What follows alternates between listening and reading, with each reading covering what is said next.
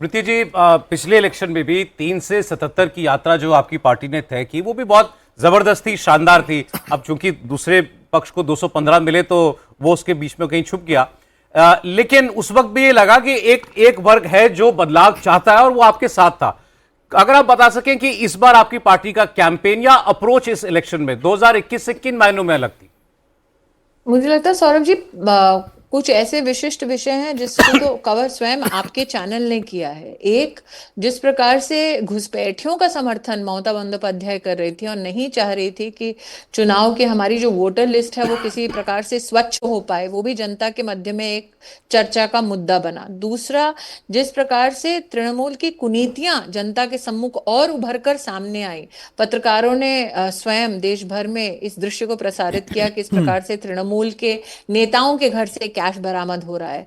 ममता बंदोपाध्याय का खुद आईपैक के ऑफिस में जाकर तांडव करना और ये तमाशा करना एक प्राइवेट कंपनी को बचाने के लिए, जिनके ऊपर आरोप था कि वो सरकारी खजाने को लूट रहे हैं, अथवा जो भी इन्वेस्टिगेशन उस संदर्भ में अभी चल रही है, ये सब जनता के मध्य में टॉकिंग पॉइंट बन गया।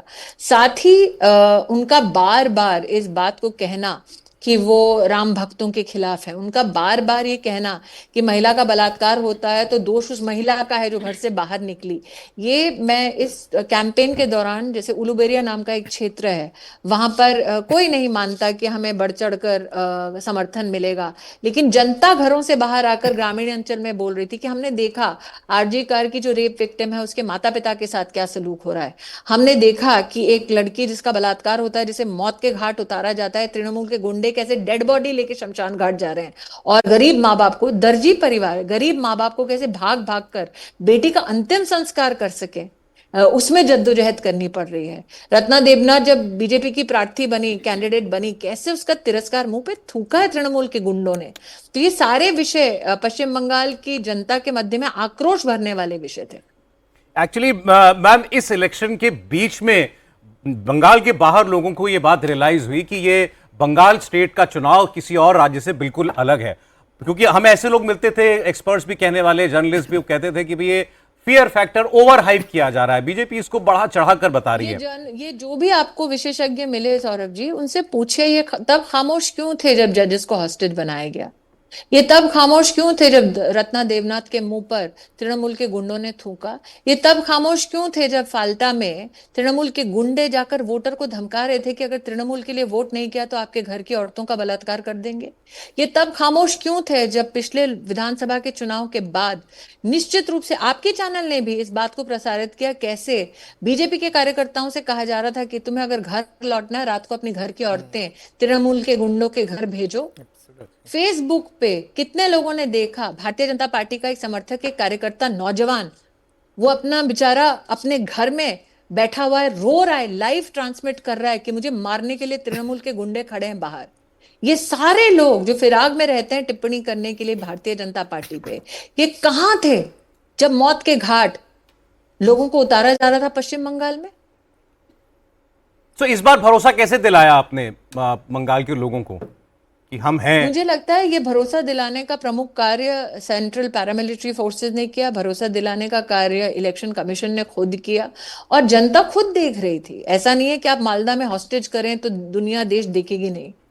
तो आप मीडिया को भी इस बात का कहीं ना कहीं मुझे एक आभार वंदन करना चाहिए कि कई मीडिया कर्मी ऐसे हैं जो पश्चिम बंगाल में निर्भीक होकर काम नहीं कर पा रहे थे, उनको जेल भेजा जा रहा था, उनके खिलाफ केसेस हो रहे थे। नेशनल मीडिया ने कई ऐसे मुद्दों को उठाया जिसके उठाने की हिम्मत लोकल रिपोर्टर्स को नहीं पड़ रही थी, क्योंकि या तो उनको प्रताड़ित किया जा रहा था या नौकरी से निकाला जा रहा था।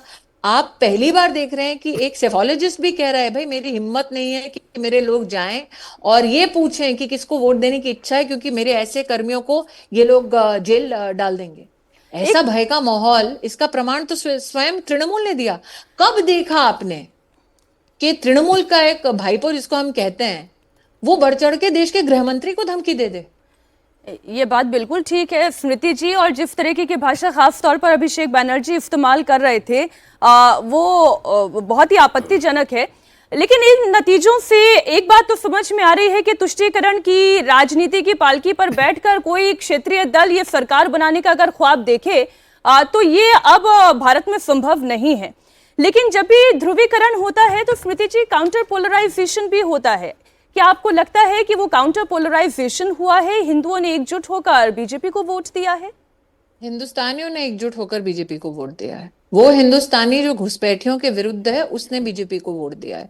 वो हिंदुस्तानी जो ममता के गुंडों के विरुद्ध है उस हिंदुस्तानी ने बीजेपी को वोट दिया है।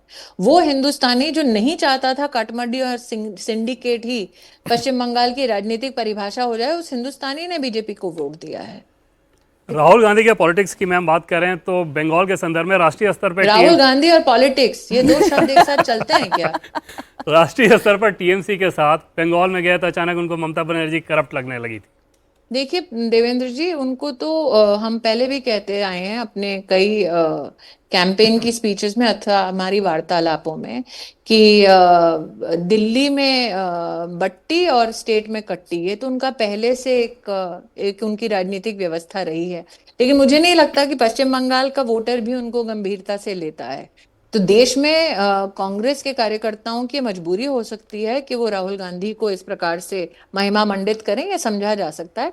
लेकिन देश में जो भी राजनीतिक विशेषज्ञ हैं अथवा जो भी राजनीतिक कार्यकर्ता हैं वो जानते हैं कि उनकी नेतृत्व की क्षमता कितनी खोखली है। कोई ऐसा नेता नहीं है। आप देखें, नरेंद्र मोदी हो, अमित शाह हो, श्रमिक भट्टाचार्य हो, हमारे राष्ट्रीय अध्यक्ष नितिन नवीन जी हो, आपको सब धीर गंभीर अपनी राजनीति करते हुए दिखेंगे, कार्यकर्ता को छोड़ते हुए नहीं दिखेंगे। वहां पर मैंने अपने पश्चिम बंगाल के कैंपेन के वक्त भी कहा था, कांग्रेस का इस वक्त बुरा हाल होने वाला है। वो भी चुनावी पर्यटक बनकर आए और चले गए। लेकिन सबसे पहले स्मृति जी वही थे जिन्होंने भाजपा की जीत जो है भांपी थी। उन्होंने कहा था कि ममता बनर्जी ने बीजेपी का बहुत फायदा करा दिया है, उन्हें ही आने का मौका दिया है। और पिनाज जी, ये कहीं ना कहीं एक ऐसा माहौल हो जो गंभीर ना हो, उसमें तो कहना उचित होगा कि भाई हमारा सबसे बड़ा, कई लोग कहते हैं मैस्कॉट राहुल गांधी है कि इतना विफल नेता है विपक्ष का। लेकिन this takes away credit from the hard work of my leadership. Ma'am, again, this takes away credit from the hard work and the sacrifice of the कार्यकर्ता।